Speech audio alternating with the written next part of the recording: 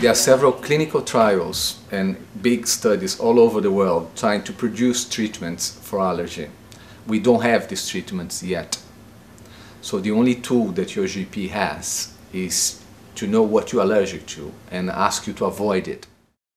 One of the greatest advantages of the techniques that we are developing is to use a very small amount of sample. 1 drop of blood is enough for us to analyze over 5,000 different allergens. And this is just the initial point of it. So we start with food allergens, just 5,000 of them that we are covering. And we can expand that to parasites, to commensal bacteria, and to everything that you get in contact with. And the whole idea at the end of the day is to trace what we call it an immunological profile, a fingerprinting of your immune system, how you react with things that you are surrounded by.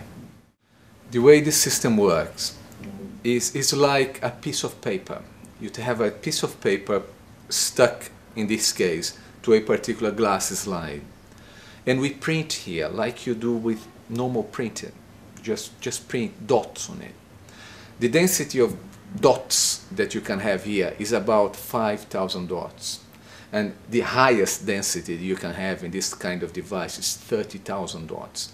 If you think that each one of them will have your allergen, so we go to you, take this 1 drop of blood from you, put this drop of blood on top of this 5,000 different dots and incubate that.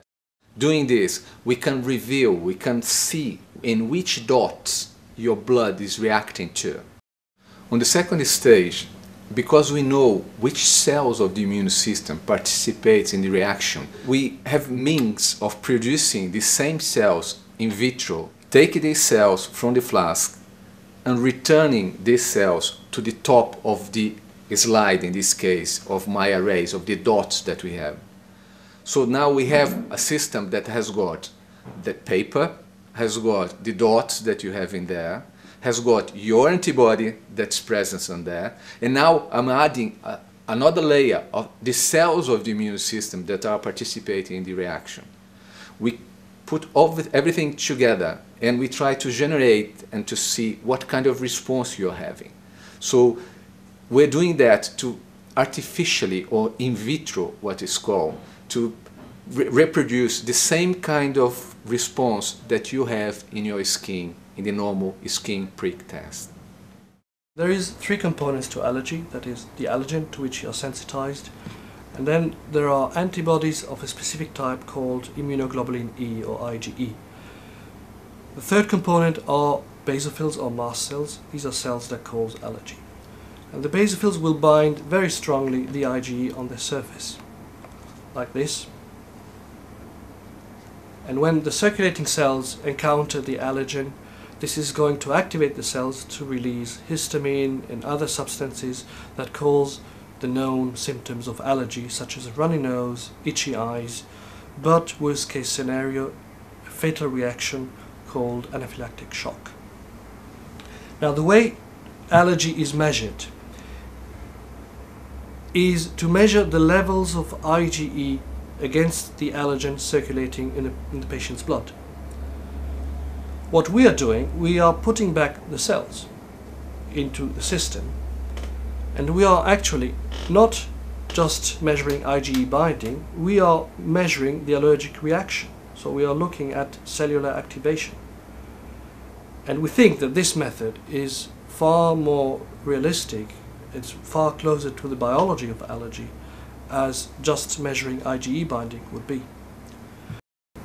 Now this technology is very versatile. It doesn't only work with food allergens, you can test all sorts of other allergens, but we want to take it one step further and we want to use it to assess parasitic infection, so infection with parasitic worms, which causes very similar symptoms to allergy. So you have elevated IgE, which we can detect in our system.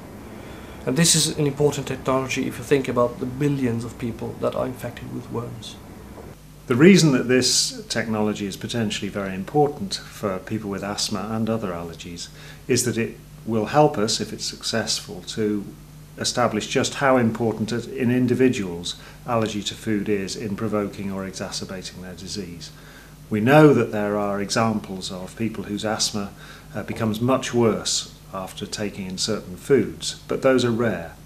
The question is whether problems of food allergies are contributing to asthma on a much more widespread, if less severe scale. And what this technique will help us to do is to work out at an individual level which foods are important and whether anything could be done to improve the disease as a result.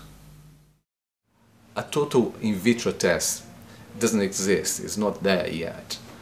So what our technology is contributing to that is one step towards this ultimate goal, to be able to have a full in vitro test, diagnostic test for allergen.